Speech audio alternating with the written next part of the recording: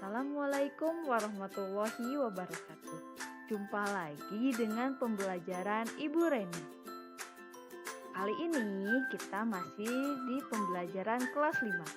Tema 1, subtema 1, pembelajaran kedua. Tujuan pembelajaran kita kali ini adalah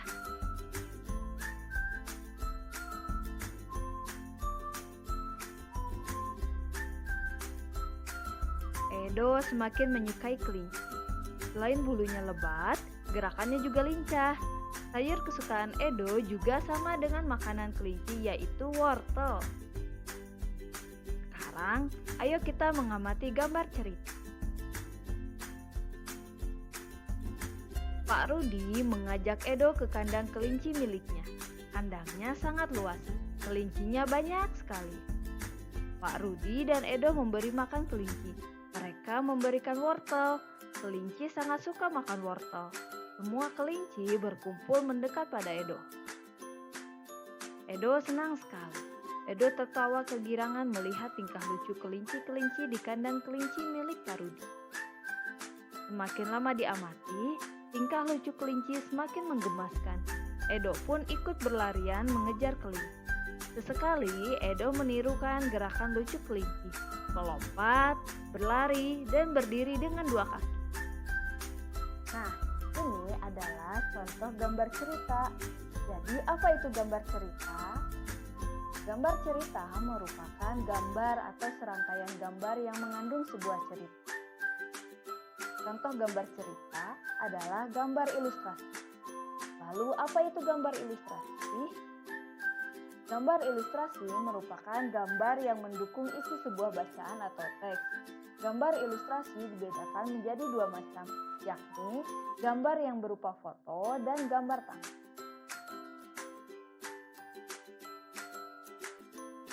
Macam-macam gambar ilustrasi yang pertama yaitu cergam, lalu komik, pamflet, sampul, kartun, dan karikatur.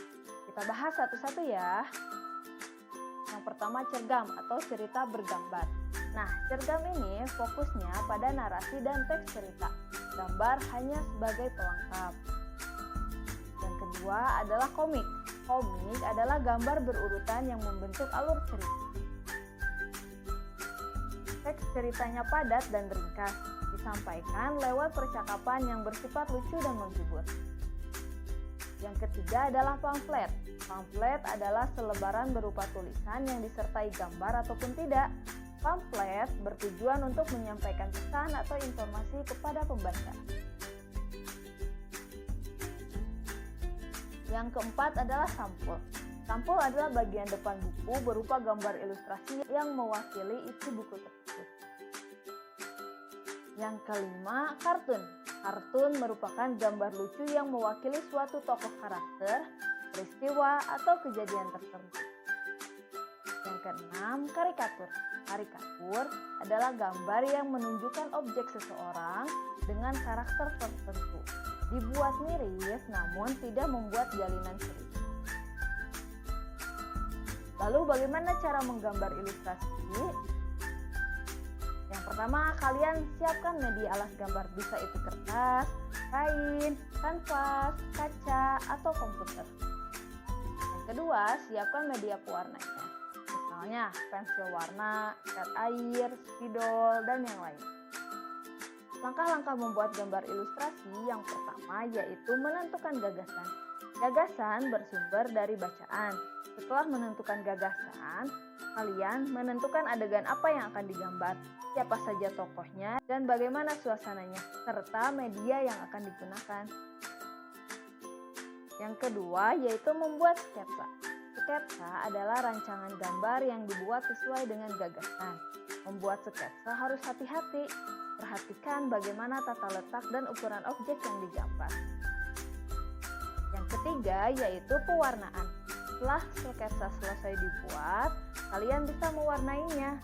Pewarnaan dapat dilakukan dengan dua cara. Pertama, memberi warna sesuai dengan aslinya. Yang kedua, memberi warna berdasarkan imajinasi sendiri. Kalian bisa menggunakan cat air, cat minyak, pensil warna, spidol, dan yang lain. Nah, Edo sudah membuat sebuah gambar ilustrasi dengan tema hewan kesayangan. Tugas pertama kalian harus membuat gambar ilustrasi dengan tema hewan kesayangan. Bisa sama dengan Edo ataupun gambar lainnya. Tugas yang kedua yaitu kalian membuat cerita berdasarkan gambar ilustrasi yang ada di tampilan ini.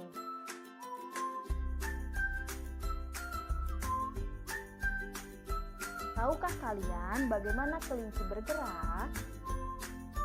Kelinci bergerak dengan meloncat menggunakan kakinya. Kaki belakang kelinci lebih kuat dan panjang loh dibandingkan dengan kaki depannya.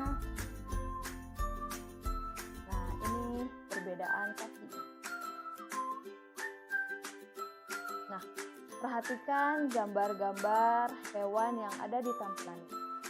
Di sana ada burung, kambing, kadal, ular, ikan, dan katak. Tugas kalian yaitu menentukan organ gerak hewan, seperti organ gerak kelinci yang tadi. Di sana nama hewannya misalnya tadi, nama hewannya kelinci, nama organ geraknya kaki, fungsinya untuk meloncat. Nah, kalian isi tabelnya berdasarkan nama-nama hewan yang ada di sana. Gerak ikan di air. Ikan memiliki sistem gerak yang unik. Sistem gerak pada ikan berbeda dengan hewan vertebrata yang lain. Hal tersebut dikarenakan habitat ikan adalah di air. Salah satu bentuk tubuh yang paling banyak dimiliki oleh hewan air adalah bentuk rudal. Bentuk tubuh ini memungkinkan ikan meliuk ke kiri dan ke kanan. Bentuk tubuh yang seperti ini juga berfungsi untuk mengurangi hambatan pada saat bergerak di dalam air. Ekor dan sirip ekor yang lebar berfungsi untuk mendorong gerakan ikan di dalam air. Tahukah kamu, ikan dapat berenang karena memanfaatkan bentuk tubuhnya yang unik? Ikan memiliki gelembung rendang dalam tubuhnya yang berguna untuk mengatur gerak naik dan turun.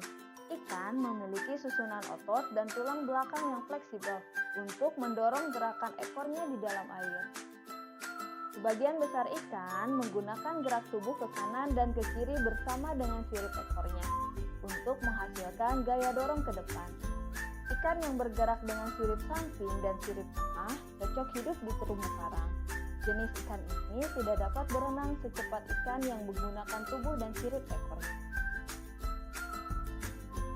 Nah, kesimpulan pembelajaran kita kali ini adalah yang pertama, gambar ilustrasi merupakan gambar yang mendukung isi sebuah bacaan atau teks.